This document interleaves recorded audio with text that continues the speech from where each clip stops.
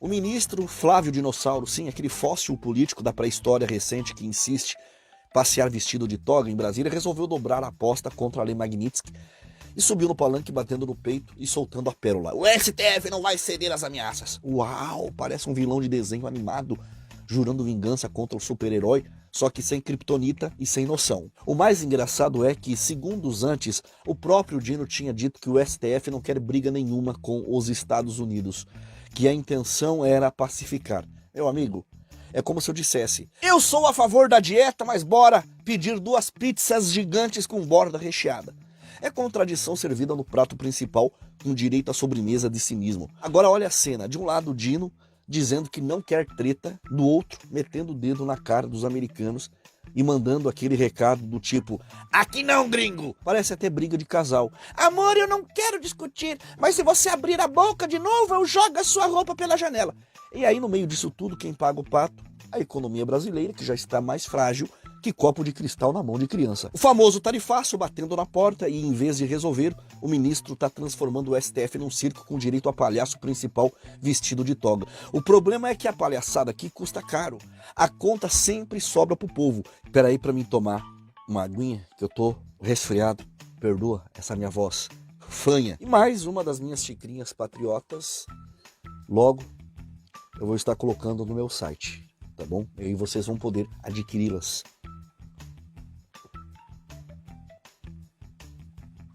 Ai, a garganta tá seca. E sabe o que é mais surreal nisso tudo? A naturalidade com que o Dino fala essas bobagens. Como se fosse normal um juiz virar comentarista de mesa redonda política. Parece aquele tiozão do bar que, depois de 3 cervejas na cabeça, acha que pode resolver o conflito do Oriente Médio com uma rodada de churrasco. Só que no caso dele não é mesa de bar, é a Suprema Corte. O sujeito continua falando fora dos autos, opinando, jogando lenha na fogueira internacional, enquanto o Brasil precisa de água gelada para apagar o incêndio econômico. Essa é a prova viva de que quando o magistrado não decide ser político ou juiz, a justiça se esconde de vergonha debaixo da toga.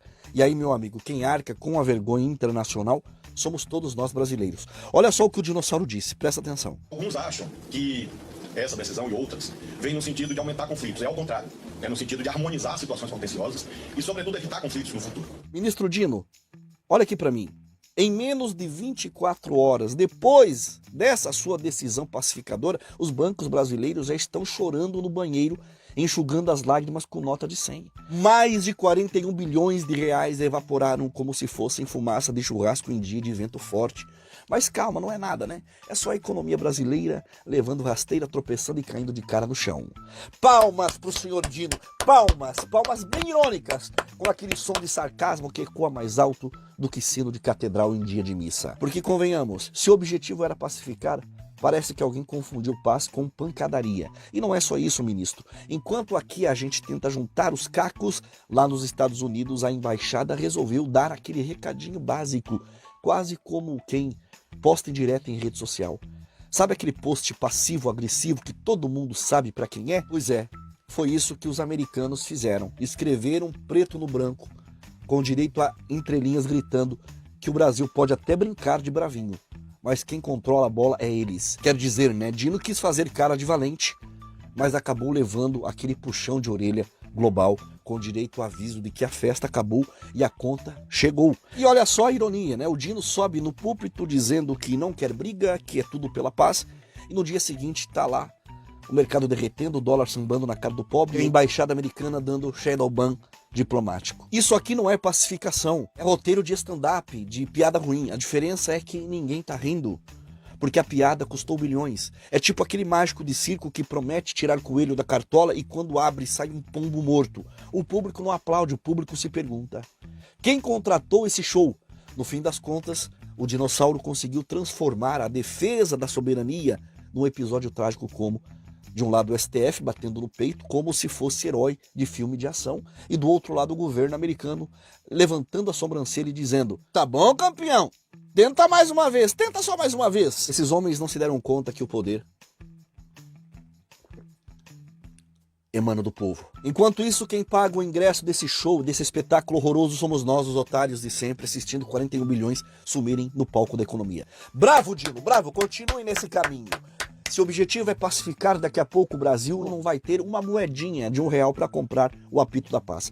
Olha o recado dos Estados Unidos. Alexandre de Moraes é tóxico para todas as empresas legítimas e indivíduos que buscam acesso aos Estados Unidos e aos seus mercados. Nenhum tribunal estrangeiro pode anular as sanções impostas pelos Estados Unidos ou proteger alguém das severas consequências e descumpri-las. Tá aí a prova escancarada, meus amigos e amigas. Os Estados Unidos deixaram claro que a tal adesão pacificadora do Dino não pacificou nem briga de vizinho de condomínio por causa de vaga de garagem. O que eles falaram é que qualquer pessoa ou entidade sob jurisdição americana está proibida de fazer negócio com quem cair nessa lista da Magnitsky. E não para por aí. Quem estiver fora da jurisdição também precisa pensar 10 vezes antes de se aproximar, porque se der uma garrafinha de água pro cara errado, já pode virar alvo da sanção. E aí, ele ainda quer que a gente acredite que isso é o caminho da paz? Paz aonde, Dino?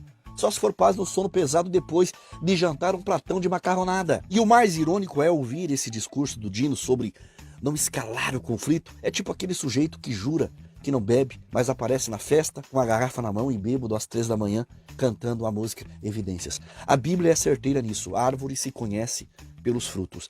E os frutos da decisão do Dino são bilhões evaporando, mercado tremendo, investidores correndo mais rápido que crente na hora do pedido do dízimo. Jesus dizia, pelas vossas obras os conhecereis. Pois é, né, Dino? Agora o Brasil inteiro te conhece. Não pelo discurso de garganta, mas pelo estrago das tuas obras. Que obra, hein? Parece até obra pública. Asfalto esburacado e cheio de rachadura. O resultado é prático. Que em vez de blindar o Brasil, o dinossauro conseguiu dar a senha da bomba para os gringos apertarem quando eles quiserem. Os Estados Unidos não precisam nem gritar. Basta escrever um comunicado em tom frio e burocrático, que já é o suficiente para fazer os bancos e investidores aqui do Brasil entrarem em pânico. Esse é o grande sucesso do ministro que se diz pacificador. A cada palavra dele, o mercado cai.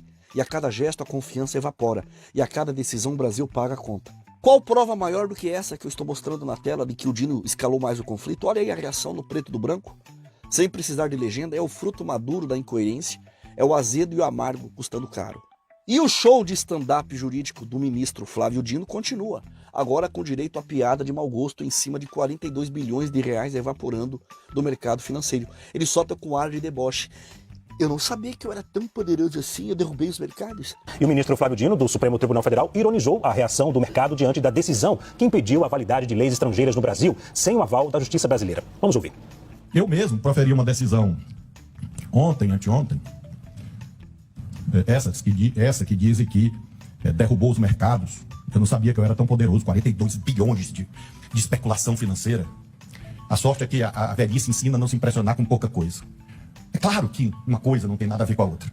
Ah, que engraçado, né? Uma canetada dele fez bilhões sumirem como mágica e o país inteiro paga a conta. Só que não tem risada, né? Tem lágrima no bolso de quem investe, de quem depende da economia rodar. E a cereja do bolo é ele dizer que não se impressiona com pouca coisa. A sorte é que a velhice ensina a não se impressionar com pouca coisa. Pouca coisa, Dino? Pouca coisa, Dino! Perder 42 bilhões num dia é tipo chamar de arranhão quando o carro foi capotado 3 vezes na serra. Isso não é ironia, isso é deboche de quem se acha estrela do próprio circo.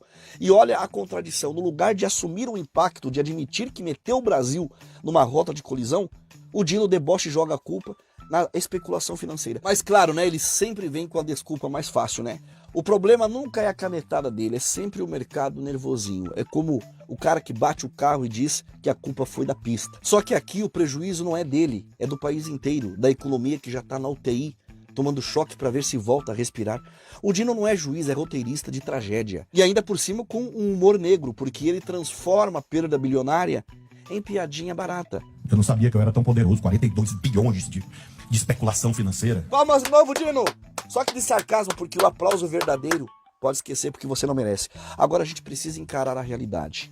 O ministro da Suprema Corte, que ironiza 42 bilhões sumindo, não é juiz, é piadista de comédia macabra. Ele não pacifica nada, ele provoca. Ele não protege, ele expõe. Ele não equilibra nada, ele desequilibra a economia. E o pior é que ele faz isso rindo e debochando do prejuízo coletivo. É como se o capitão do navio batesse num iceberg e depois fizesse gracinha.